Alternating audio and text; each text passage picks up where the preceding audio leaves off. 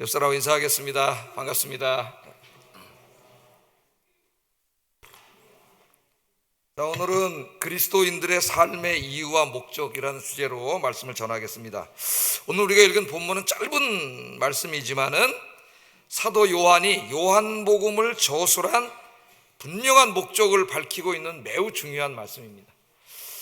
내가 왜 요한복음을 저술하게 되었는가? 요한복음을 쭉 20장까지 다 기록한 다음에 마지막에 내가 왜 요한복음을 쓰게 되었는가? 거기에 대해서 이야기하는 말씀이에요. 두 가지 목적을 이야기합니다. 분명한 두 가지 목적. 첫째는 뭐예요? 예수님이 하나님의 아들 그리스도임을 믿게 하기 위하여. 그러니까 이 요한복음을 읽는 사람들, 또 요한복음의 설교를 듣는 사람들이 예수님 누구임을 믿게 한다고요? 그냥 한 사람의 인간이 아니라 하나님의 아들 메시아, 그리스도는 메시아란 말이죠. 메시아라는 구원자임을 믿게 하기 위해서 내가 요한복음을 썼습니다. 첫 번째 목적을 분명히 밝히고 있고, 또 두 번째 목적을 쓰고 있어요. 두 번째는 뭐예요?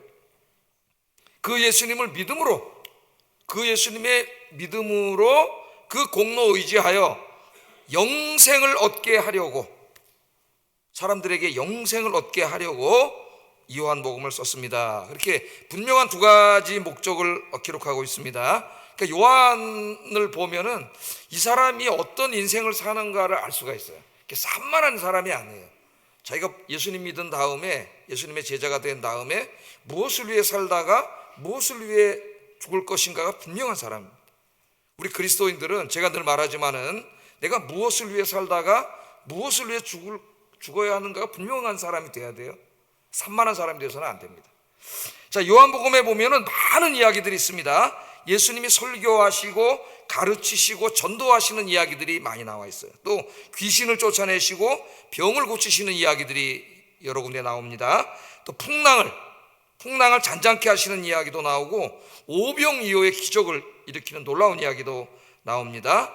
또 죽은 나사로, 죽은 지 4일이나 됐는데 그 사람을 살리시는 놀라운 이야기도 요한복음에 나오고, 또 가장 놀라운 이야기는 예수님 자신이 십자가에서 죽었다가 3일 만에 부활하신 이야기들이 기록되어 있어요, 이 요한복음에. 자, 그런데 오늘 요한이 뭐라 그러냐면은 내가 이 예수님이 행하신 모든 일들을 다 기록한 건 아니라 그래요. 그죠? 특별히 기적에 대해서 이야기하면서 예수님이 사람들 앞에서 굉장히 많은 기적을 행하셨는데, 그러니까 초자연적인 역사를 말합니다. 기적을 행하셨는데 그것을 내가 다 기록하지 않았다 그래. 그 요한복음에는 6개 내지 7개의 기적이 있습니다. 그러니까 학자들에 따라서 어떤 기적 하나는 기적이다 아니다 논쟁이 있어요. 한 6개라고 한번 생각을 해보세요. 6개밖에 기록하지 않았어요. 예수님이 행하신 기적이 엄청나게 많은데 6개만을 기록했어요. 그것은 무엇을 의미합니까? 기적을 기록하는 것이 목적이 아니라는 걸 분명히 보여주는 거예요. 그 기적을 오늘 요한은 표적이라고 말합니다. 표적. 그 기적을 통해서 이 기적을 행하신 이분이, 이 예수님이 한 사람의 인간이 아니라 구원자, 메시아, 하나님의 아들임을 보여주는 데 필요한 기적만 기록했다, 그런 말이죠. 오늘 이 말씀을 다 기록하고 있어요. 자, 두 가지 목적, 이거는 굉장히 중요해요. 요한 자신의 인생의 목적이기도 했습니다. 그게 뭐냐면은 예수님이 하나님의 아들 메시아, 구원자임을 사람들에게 전해서 믿게 하는 거죠. 알게 하고 믿게 하는 것이고, 그 예수님 믿음으로 영생을 얻게 함. 이 두 가지가 요한복음을 쓴 목적이기도 하지만은 사도 요한 자신 인생의 목적이기도 했습니다. 오늘 이 요한의 목적은 바로 우리 그리스도인들의 인생의 목적이 되어야 돼요. 오늘 그래서 설교 제목이 그리스도인들의 삶의 이유와 목적이에요. 우리 남은 인생을 무엇을 위해 살아야 되는지, 우리 그리스도인들도 육신을 가지고 태어났기 때문에 여러분 의식주가 필요합니다. 그러려면 직장이 있어야 되고, 또 돈을 벌어야 되고, 또 인간이므로 어느 정도 휴식도 필요하고, 뭐 여행도 해야 되고, 어느 정도 여가도 필요하고. 성경은 그러한 모든 것을 부정하지 않아. 금욕주의는 기독교의 경건이 아니에요. 사도 바울은 잘못된 금욕주의를 사탄적인 것이라고 이야기해요. 물론 우리 그리스도인들이 하나님과의 더 깊은 관계를 유지하기 위해서, 신앙의 어떤 성숙을 위해서 금욕할 수 있습니다. 금식을 하거나 이런 금욕을 할 수 있어요. 그러나 금욕 자체가 경건하고는 아무 상관이 없어요. 그리스도인들의 경건이라고 하는 것은 예수님의 가르침대로 사는 것이고 예수님의 발자취를 따라가는 게 경건이지 금욕이 아니에요. 이거 잘못 오해하고 있는 사람들이 있어요. 금욕을 할 수는 있지만은 금욕 자체는 경건하고 상관이 없습니다. 우리 그리스도인들도 다 그게 필요해요. 그러나 문제는 뭐냐? 그런 의식주의 문제나 우리의 여가의 문제는 우리 인생의 궁극적인 목적이 될 수가 없어요. 우리가 그리스도인이라면은 더 높은 목적이 있어야 됩니다. 더 높은 이상이 있어야 돼요. 그게 뭡니까? 바로 오늘 요한이 우리에게 가르쳐 준 것이에요. 사람들에게 예수님이 하나님의 아들 메시아이며 구원자임을 어떻게 믿게 하는 거죠. 내가 알려줌으로 믿게 하는 것이고 그게 전도잖아요. 그렇게 함으로 그 사람들이 영생을 누리게 하는 거예요. 왜? 영생을 받지 못하면 천국에 갈 수가 없고 영원한 지옥 형벌을 받게 돼 있습니다. 그래서 영생을 얻게 하는 거예요. 영생을 얻게 하는. 이 의미가 뭔지는 제가 이제 설교 시간 좀 있다가 잘 설명하도록 그렇게 하겠습니다. 그래서 여러분, 앞으로 여러분의 인생에 가장 중요한 일이 무엇인가 그걸 생각해 봐야 돼요. 뭐 여러분 우리 하나님께서 다 선교사가 돼가지고 저 아프리카로 가든지 동남아시아로 가든지 가라고 말씀하시지 않습니다. 우리는 여기서 가정을 갖고 아이를 낳고 아이를 교육하고 직장 생활을 하고 다 살아야 돼요. 우리에게 중요한 목적이 뭐예요? 하나님이 나에게 만나게 해주신 사람들, 가족도 되고 친척도 있을 수 있고 또 뭐 직장 동료라든가 학교 친구라든가 이웃 사람들, 그 사람들을 만나게 해주셨잖아요. 그 사람들에게 여러분이 찾아가서 예수님이 하나님의 아들 메시아입니다, 구원자입니다, 그분을 믿어야 영생을 얻을 수 있습니다.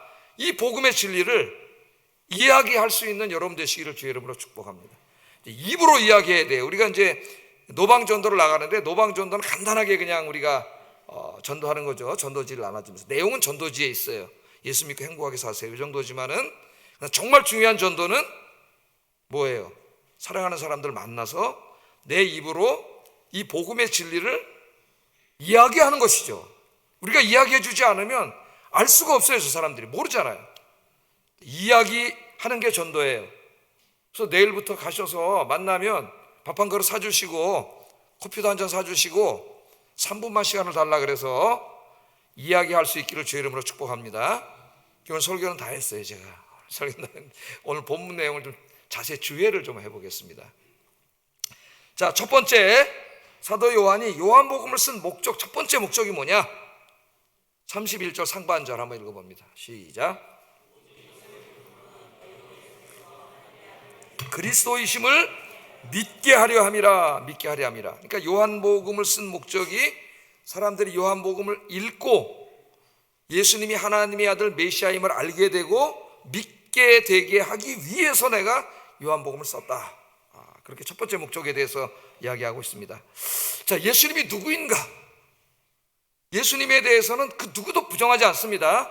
모든 현대 역사가들이 예수님이 역사적 인물임을 다 알고 있고 또 요셉, 목수의 아들인 요셉과 마리아 부부에서 태어난 장남이고 그 동생들이 있다는 거 다 알고 있고 그 다음에 로마의 정치범으로 몰려서 십자가에서 처형됐다는 것까지는 다 인정해요. 그것까지는. 그런 사람이 예수님이다. 그런데 그 예수님은 뭐 자기 죄 때문에 그런 게 아니라 참 훌륭한 분이다. 가난하고 소외된 사람들 찾아가서 사랑을 베풀고 도덕적으로 선하게 살았던 분이다. 뭐 그 정도까지도 인정을 하는 사람들이 많이 있어요. 4대 성인이라고 이야기합니다.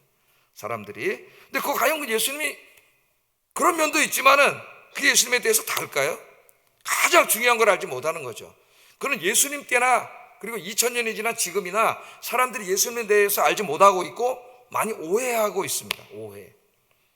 자, 한번 예수님 때로 한번 돌아가 보겠어요. 예수님이 가이사랴 빌립보 지방에서 열심히 전도하시다가 제자들만 있을 때 물어봤죠. 야, 사람들이 나를 누구라고 생각하고 있느냐? 이렇게 물어봤어요. 나를 누구라고 생각하고 있느냐? 그때는 제자들이 이렇게 전해줍니다. 사람들의 말을. 마태복음 16장 14절 읽어보겠습니다. 시작. 어떤 이는 예레미야나 선지자 중에 하나라 합니다. 막 예수님이 놀라운 기적도 행하시고 막 그 말씀이 권위가 있고 바리새인들의 가르침과는 다르고 막 이런 걸 보면서 야, 저분 대단한 분이다. 바리새인들하고는 다르다. 그러면서 혹시 세례 요한 혹은 뭐 여기 엘리야 예레미야 같은 위대한 선지자가 아닐까. 선지자로 알고 있다는 거예요. 선지자로. 그렇게 얘기합니다. 자, 예수님 당시에 대부분의 유대인들은 예수님이 하나님의 아들 메시아라는 걸 알지 못했고 믿지 못했어요. 예수님이 누구세요? 그분이 하나님이세요. 우리는 성부, 성자, 성령 삼위일체 하나님을 믿습니다. 성부, 성자, 성령 하나님이 이 온 우주를 창조하시고 인간을 창조하시는 하나님이세요.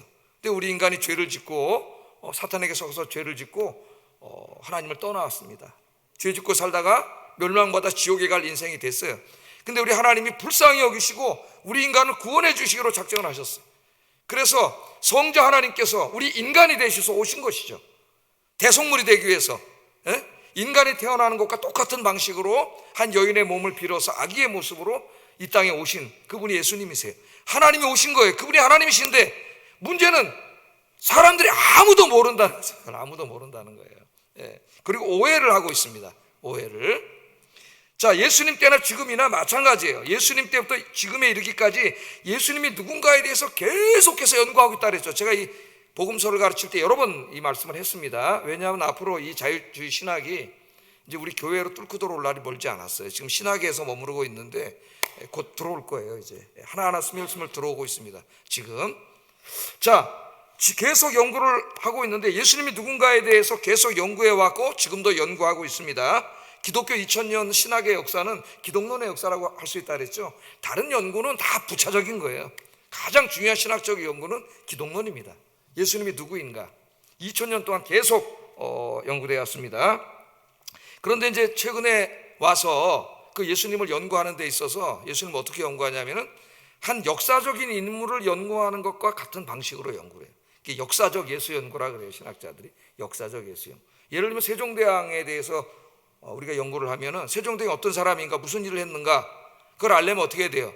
세종대왕에 대해서 기록된 모든 역사적 기록물들을 자료들, 사료들을 다 찾아가지고 그것들을 잘 분석해서 재구성하고 조립하고 해가지고 세종대왕은 이런 사람입니다. 이런 일을 했습니다. 이렇게 쓰잖아요. 그러니까 예수님에 대해서 연구할 때도 똑같은 방식으로 연구를 하는 거예요. 예수님에 대해서 기록된 이런 고대 문헌들이 좀 있습니다. 가장 자세하게 기록한 건 성경 말씀이에요. 근데 이 자유주의 신학자들은 성경 말씀은 제잖아. 잘 안 믿어. 이게 정확한 기록이 아니라는 거예요. 그리고 이제 그 주변에 있는 말씀들, 기록들을 가지고 예수님에 대해서 연구를 해서 자기 나름대로 결론을 내렸습니다. 결론 내려가 어떤 사람은 예수님은 유대의 선지자. 아까 예수님 당시 사람들 선지자라고 생각을 했죠. 선지자다. 어떤 사람들은 홀가 랍비다. 어떤 사람들은 견유 철학자다. 디오게네스 같은 견유 철학자다. 또 어떤 사람들은 혁명가다. 혁명가다. 그 제바이갑 책이 다 있어요. 혁명가, 열심당원, 조국의 독립을 위해 싸웠던 혁명가다. 그런 사람도 있고 또 어떤 사람들은 기적을 행하는 사람이다. 기적 얘기가 많이 나오지 않느냐. 기적을 행하는 분. 또 어떤 사람들은 사회주의자라고 하는 사람도 있어요. 예수님은 진정한 공산주의자. 그래서 초대교인들이 자기 재산을 다 교회에다 갖다 바치고 가난한 사람들에게 평등하게 나눠주지 않았느냐. 평등, 사회주의자라고 얘기합니다. 제가 지금 말씀드린 이런 주장을 한 사람들은 모두가 예수님에 대해서 두툼한 책을 다 쓴 사람들이에요. 책이 나와 있어요. 그리고 그 중에 일부는 번역되어 있습니다. 우리나라 안에 번역돼서 팔아요. 지금 서점에서. 굉장히 위험한 책들이죠. 이 사람들은 신학자들이요 역사가들이지만 그 누구도 예수님이 하나님의 아들 구원자라는 것을 알지 못하고 있습니다. 그렇게 많이 연구했는데도 불쌍한 사람들이에요. 불쌍한 사람들. 자, 이렇게 예수님에 대해서 오해를 하고 있으니까 예수님이 제자들에게 그 당시에 물어봤죠. 그러면 너희들은 날 누구라 하느냐? 사람들은 선지자요 뭐 이런 사람처럼 얘기한 너희들은 나를 누구라고 하느냐? 제자들에게 물어봤지만 오늘 우리에게 물어보는 거죠. 여러분 예수님 누구라고 생각하십니까? 너희들은 나를 누구라 하느냐? 그랬더니 시몬 베드로가 대답을 했습니다. 마태복음 16장 16절 한번 읽어보겠습니다. 시작. 주는 그리스도시요 살아계신 하나님의 아들이십니다. 주님은 그리스도시요 살아계신 하나님의 아들입니다. 자 보세요. 요한이 지금 왜 요한복음 썼다 그랬어요? 예수님이 하나님의 아들 그리스도임을 사람들에게 믿게 하려고. 똑같은 말이잖아요 지금. 주는 그리스도시요 살아계신 하나님의 아들입니다. 이렇게 신앙 고백을 했습니다. 예수님이 이 말씀을 듣고 기뻐하셨습니다. 그러면서 뭐라 그랬어요? 베드로와 제자들에게 이 신앙 고백을 한 사람들 위에다가 내가 앞으로 교회를 세운다. 교회를 세운다 그랬어. 그래서 교회는 뭐냐? 예수님이 하나님의 아들 그리스도, 즉 메시아요 구원자임을 믿고 신앙 고백한 그분들의 모임을 교회라 그래. 우리 건물도 교회지만은 건물은 이제 그 모임, 예배를 위해서 필요한 건물이고, 그 본질은 뭐예요? 예수 그리스도를 하나님의 아들 메시아로 믿는 사람들이에요. 그것을 내 입으로 신앙 고백한 사람들, 그 사람들의 모임이 교회예요. 교회. 그래서 거기에 교회를 세우시겠다고 우리 예수님께서 그렇게 말씀하셨습니다. 자, 요한을 보세요. 요한은 지금 이 모든 것을 다 보고 들은 사람이에요. 예수님이 하나님의 아들이시고 하나님이 우리를 구원하시기 위해서 인간이 되셔서 오셨는데 사람들이 이걸 몰라. 그 예수님을 알고 믿어야 구원을 받는데 이걸 알지 못하잖아요. 그러니까 너무나 안타까워가지고 이 진리를, 이게 진리잖아요, 여러분. 진리. 이 진리를 사람들에게 알리고 믿게 하기 위해서 내가 요한복음을 기록했다. 그렇게 오늘 이야기하고 있는 것입니다. 자, 그럼 요한복음은 인간이 쓴 책인가요? 그렇지 않죠? 요한이 예수님에 대한 모든 진리의 말씀을 기록할 때에 인간은 오류를 범하고 실수할 수 있어요. 그래서 우리 성령님께서 요한이 요한복음을 통하여 예수님에 대해서 기록할 때, 복음의 진리를 기록할 때 잘못하지 않도록, 오류를 범하지 않도록 성령께서 붙잡아 주신 거예요.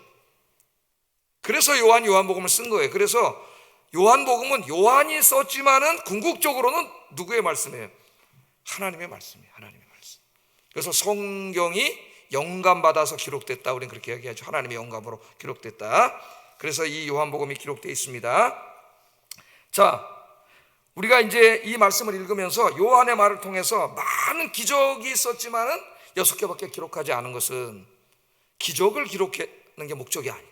그 기적을 통해서 예수님이 하나님의 아들임을 알리는데 목적이 있다.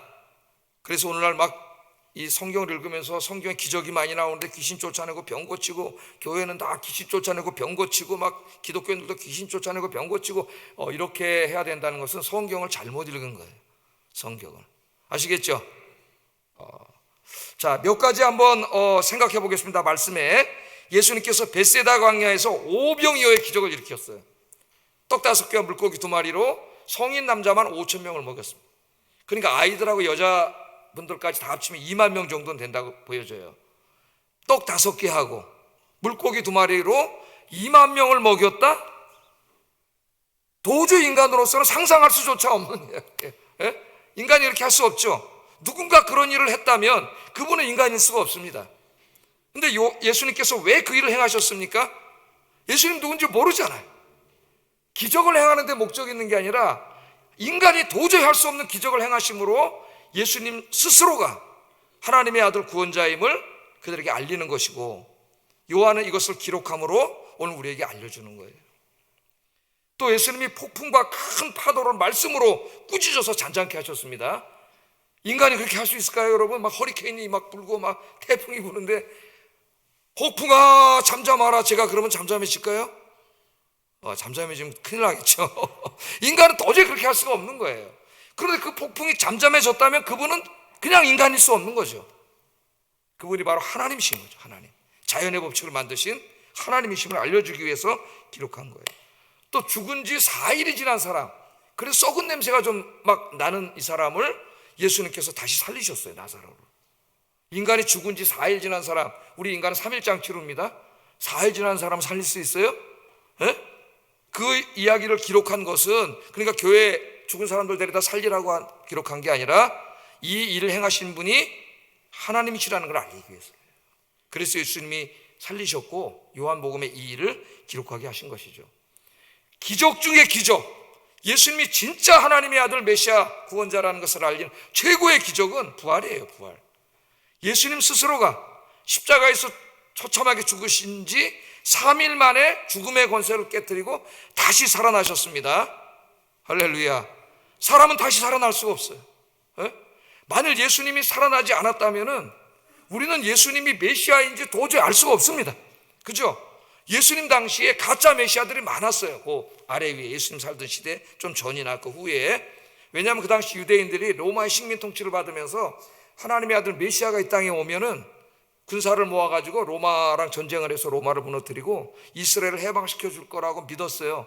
특별히 6월절이나 그런 날이 되면은 6월절에 오신다고 믿었습니다. 예? 굉장히 그런 메시아 대망사상이 있었기 때문에 어떤 사람들이 메시아라 그래가지고 군사를 모아가지고 로마와 싸우다가 십자가형을 당한 사람들이 예수님 전후로 있었어요. 그런 사람들이.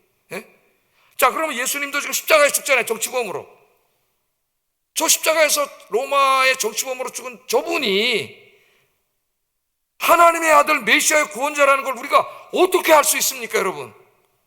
가짜 메시아도 많은데 가짜 메시아인지는 어떻게 아니라는 걸 뭘로 보증할 수 있어요? 거짓 메시아들은 다 십자가에 매달려 죽었어요. 그것으로 끝입니다, 여러분. 그런데 우리 예수님께서는 3일 만에 다시 살아나셨어요. 할렐루야. 인간은 다시 살아날 수 없습니다. 3일 만에 다시 부활하심으로 그분이 그냥 가짜 메시아가 아니라 진짜 메시아요, 진짜 하나님의 아들임을 우리에게 보여준 거죠. 그러니까 부활이 없었다면은 예수님이 하나님의 아들 메시아라는 걸 아무도 알 수가 없는 거예요. 예수님의 12 제자들도 알 수 없는 거죠. 부활하시기 전에는 몰랐습니다. 예수님 버리고 다 도망가 버렸어요. 그러나 부활하신 주님을 만난 다음에 이분이 하나님의 아들이라는 것을 예수님의 제자들도 알게 됐어요. 그것은 저도 역시 마찬가지예요. 예수님이 부활하시지 않았다면은 그 예수님이 2000년 전에 역사적 기록에 보면 로마의 정치범으로 죽었는데 그분이 하나님이라는 걸, 그것도 위대한 인간이 아니라 하나님이시라는 거를 이걸 어떻게 알았겠어요? 부활하시지 않았다면은 저도 믿지 못했을 겁니다. 그러니까 예수님의 부활하심은 예수님이 하나님의 아들 메시아여 구원자라는 것을 가장 분명하게 보여주는 증거예요. 할렐루야. 자, 그랬더니요, 사탄이 이제 자유주의 신학자들이나 이런 기독교를 공격하는 자들을 통해서 이 부활을 공격하기 시작합니다. 오늘날 기독교 이 복음의 진리 중에서 제일 공격받는 진리가 부활이에요. 부활. 야, 죽은 사람이 십자가에서 죽어가지고 로마인들이 죽은 거 확인하고 옆구리 창으로 한번 찔러가지고 무덤에까지 들어가는데 다시 살아났다고 3일 후에? 도대체 무슨 말이 되는 소리를 해야지 예수를 믿지. 그러면 세상 사람들이 그렇게 이야기하잖아요. 말이 안 되는 얘기다. 그런 일이 어떻게 일어날 수 있느냐, 그렇게 이야기하고 있습니다. 그래서 뭐라 그러느냐, 성경에 이렇게 많이 기록되어 있는데 성경 이야기는 믿을 수 없다는 거예요. 그러면서 이 사람들이 뭐라 하냐면은 그 부활한 게 아니고 예수님이 그냥 십자가에서 죽어가지고 그냥 무덤 속에 있었는데 예수님의 제자들이 몰래 와서 시체를 훔쳐가가지고 어디다 감춰놓고 종교를 하나 만들기 위해서 예수님 부활하시는 하나님의 아들이라고 거짓말을 했다는 거예요. 거짓말을 막 퍼뜨렸다는 거예요. 여러분, 우리 그 역사를 통해서도 알지만 죽은 자를 바위로 돼 있죠. 유대인 이 무덤은 거기다 넣어놓고 큰 돌로 막아놓고 바깥에 로마 군인들이 그러한 일이 벌어질까 봐 지키고 있었어요. 근데 어디 훔쳐갈 수가, 어떻게 그 시체를 훔쳐가는지 훔쳐갈 수도 없고요. 더 분명한 건 뭐냐 하면은 예수님의 제자들 중에 사도 요한을 제외하고는 모두가 예수님이 부활하신 하나님의 아들 구원자라는 것을 증거하기 위해서 그것을 증거하다가 다 순교했다는 사실이에요.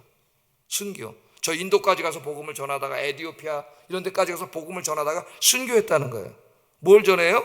예수님이 십자가에서 죽으신 예수님이 다시 3일 만에 부활하셨고 그분이 하나님의 아들 메시아여 구원자입니다. 이 복음을 증거하려고, 이 예수님 믿고 영생을 누리세요, 천국 가세요, 이 복음을 전하려고 가서 순교했다는 거예요. 그럼 한번 생각을 해보세요. 그 자유주의 신학자들이 말하듯이 예수님의 제자들이 몰래 시체를 갖다가 감춰놓고 예수님 부활하셨다, 하나님이 아들이다, 이렇게 거짓말을 했다는 거 아닙니까? 그러면 예수님의 제자들이 자기들이 만들어 놓은 거짓말 종교, 거짓말이잖아요. 그 사람들 말은 거짓말 종교, 거짓을 위해서 저 에티오피아까지 가고 저 인도까지 가서 그 복음을 증거하다가 죽었다는 얘기가 되지 않습니까? 그러니까 말이 되지가 않는 거죠. 예수님이 정말 부활하지 않았다면은 예수님의 제자들이 예수님이 부활했다고 그 복음을 증거하다 순교할 리가 없어요. 그러니까 이 이야기는 자유주의자들의 이야기가 얼마나 허황된 얘기인가를 논리적으로 보여주는 이야기. 이해가 가시죠? 또 한 가지, 또 한 사람들은 뭐라 하냐. 저는 이제 바울을 공부한 사람인데 사도 바울이 기독교 체계를 세우고 다 이렇게 하고 이제 사람들을 끌어모으기 위해서 또 사도 바울 서신에 많이 나오잖아요. 사도 바울이 또 사기를 쳤다는 거예요. 그래서 사도 바울이 그 고대 근동의 신비 종교라든가 뭐 그레코 로만 시대 이런 종교들 다 이런 종교에 보면 죽은 자가 살아나고 뭐 이런 신화적인 얘기들을 다 가져와 가지고 예수님은 그냥 죽어서 끝났는데 그 예수님에게도 다 옷을 입혔다는 거예요. 그래서 예수님을 신으로 만들었다는 거예요, 하나님으로. 그 사람들 많이 끌어모아 가지고 큰 종교를 이단처럼 하나 만들려고 그랬다는 거예요. 자, 최근에 정말 그런지 근거도 없습니다. 무조건 한 얘기예요, 그 사람들이. 최근에 톰 라이트라는 학자가 부활이라고 하는 방대한 책을 썼어요. 한 1000페이지 되는 책을 썼는데, 톰 라이트가 정말 그랬는지를 알기 위해서 그 예수님 당시에 존재했던 모든 그레코 로만 시대의 종교 철학, 이런 신비주의 모든 문헌들을 다, 지금 현존하는 문헌들을 다 모았어요. 다 모아가지고 세부적 연구해서 쓴 책이 그 1000페이지짜리 책이에요. 그런데 그 어느 종교에도 어느 철학에도 죽은 자가 살아나가지고 육신으로 부활해서 역사 속에 살았다는 얘기는 한 사람이 없습니다. 아무도 그걸 믿은 사람이 없어요. 그래서 지난주에 제가 설교할 때 뭐라 그랬어요? 바울이 그 총독 베스도하고 헤롯 왕 앞에서 하나님께서 죽은 자를 다시 살리실 수 있다는 것을 당신들은 왜 믿지 못합니까? 그랬더니 로마 총독 베스도가 이 말을 듣다가 참지 못하고 뭐라 그랬어요? 그걸 중지시키고, 바울아, 너 미쳤구나. 네 많은 지식이, 내가 알기엔 너는 이 시대 최고의 학자인데 네 많은 지식이 너를 미치게 했구나 그랬잖아. 그 자유주의 신학자들의 생각과 달리 그 시대 사람들도 죽은 자가 다시 살아났다고 얘기하면 미쳤다고 생각을 했다고. 그러니까 자유주의 신학이 다 거짓말이에요. 그거. 책상에서 지가 상상해서 쓴 말이에요. 그런 거 읽으면 안 돼. 우리 예수님께서 그걸 다 이렇게 막 거짓말로 부활했고, 바울이 그걸 막 그렇게 했다는데 그 문서 하나도 없어요. 문서에. 만일 사도 바울이 진짜 이렇게 사람들을 혹세무민해가지고 종교를 하나 이단처럼 만들어서 끌어모으려고 했다면은 예수님이 부활했다는 얘기는 절대 안 했을 겁니다. 왜? 아무도 안 믿을 테니까. 사람들을 끌어모아야 되는데 아무도 안 믿는 얘기, 너 미쳤냐? 미친놈 취급받는 얘기를 했겠어요? 그것은 뭘 우리에게 반증해 주는 거예요? 예수님이 진짜로 부활하셨다는 걸 보여주는 거예요. 예수님이 진짜로 부활하지 않았다면 바울이 부활했다고 얘기할 리가 없어요. 아무도 안 믿는 얘기, 미친 사람 취급받는 얘기를 왜 했겠습니까? 이것은 자유주의 신학자들의 생각과 달리 오히려 반증해 줘요. 예수님이 부활하셨다는 것. 믿습니까, 여러분? 우리 예수님은 우리를 사랑하셔서 우리를 구원하기 위해 인간이 되신 하나님이세요. 하나님. 그리고 우리 인간의 모든 죄를 용서해 주시기 위해서 십자가에서 우리의 모든 죄를 대신 짊어지시고 속죄의 죽음을 죽으신 하나님이십니다. 그리고 3일 만에 부활하심으로 우리를 구원하시고 영생을 주실 바로 하나님이신 줄로 믿습니다. 요한은 바로 사람들로 하여금 바로 이 예수님이 여러분이 생각하는 로마의 정치범이 아닙니다. 그냥 선지자나 랍비나 무슨 철학자가 아닙니다. 이분은 하나님이십니다. 구원자이십니다. 그것을 사람들에게 말해서 믿고 구원받기 위해서 이 요한복음을 썼고 평생을 그렇게 살았어요. 오늘 하나님이 이 말씀을 왜 기록했습니까? 우리 그리스도인들이 그렇게 살아야 된다는 거예요. 여러분, 오늘 주변에 만나게 해주신 많은 분들에게 예수님이 하나님의 아들이요 메시아요 구원자임을 이제는 찾아가서 입을 열어서 여러분의 말로 이야기해 줄 수 있는 여러분 되기를 주의 이름으로 축복합니다. 자, 그 다음에 이제 두 번째 이야기를 하는데, 두 번째 목적은 뭐예요? 그렇게 예수님을 하나님의 아들 메시아요 구원자로 믿게 함으로 뭘 주기 위해서요? 거기서 끝나는 게 아니에요. 믿게 함으로 영생을 얻게 하기 위해서 내가 요한복음을 썼다. 그러니까 다시 말해 합치면 어떻게 돼요? 예수님을 하나님의 아들 구원자로 믿는 사람은 영생을 얻는다. 그 말이 되겠죠? 영생을. 근데 이 영생만큼 우리 기독교 교회 안에서 오해된 개념이 없습니다. 그러니까 우리는 보통 영생 그러면 영원히 사는 걸 그렇게 생각을 해요. 물론 영원히 산다는 의미가 있습니다, 영생에. 그러나 본질적인 걸 가르쳐주지 못해요. 그래서 어떤 사람은 우리 기독교 구원을 어떻게 이해하냐면, 우리 살다가 죽잖아요. 그럼 영원히 저 하늘나라에 가가지고 영원히 사는 게 구원이라고 생각하는 사람이 굉장히 많아요, 한국 사람에. 그거는 이단이에요, 여러분. 우리 기독교는 부활을 믿는 종교예요. 부활. 육신이 부활해서 이 땅이 하나님 나라가 됐을 때 이 땅에서 부활해서 사는 것이지 몸은 없어지고 영혼만 영원히 사는 게 아닙니다. 그건 헬라의 이단 종교예요. 이단 종교. 근데 이게 잘못 알고 있는 사람이 있어요. 자, 영생은 뭐냐? 유대교나 기독교나 이 성경을 보면은 인간의 이 실존을 이야기할 때 두 세대로 나눠요. 하나는 현세대, 하나는 올세대입니다. 현세대는 뭐냐? 우리가 살고 있는 인간의 이 현세대예요. 이 인간의 역사가 지속되는 이 물리적 공간, 우주 안에 살고 있는 이 현세대를 현세대라 그래요. 우리 현세대잖아요.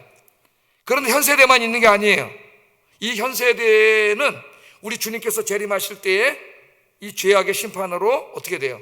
죄악의 심판받고 다시 치유되고 회복돼서 하나님 나라로 새롭게 만들어집니다. 그걸 성경에서 이제 하나님 나라라고 하기도 하고 천국이라고도 하는데, 그 하나님 나라를 올세대라 그래요. 올세대. 왜? 아직 오지 않았잖아요. 미래에 남아있잖아요. 그래서 올세대라 그래요. 올세대. 이 영생의 근본적인 의미는 그 올세대의 생명이라는 거예요. 그러니까 여러분, 우리가 이 땅에서 살아가고 있는데 이 땅에서는 우리가 영원히 살지 못합니다. 왜냐하면 인간이 죄 짓고 하나님 떠났어요. 그래서 우리는 영생을 하지 못해요. 100살도 못 살고 죽습니다.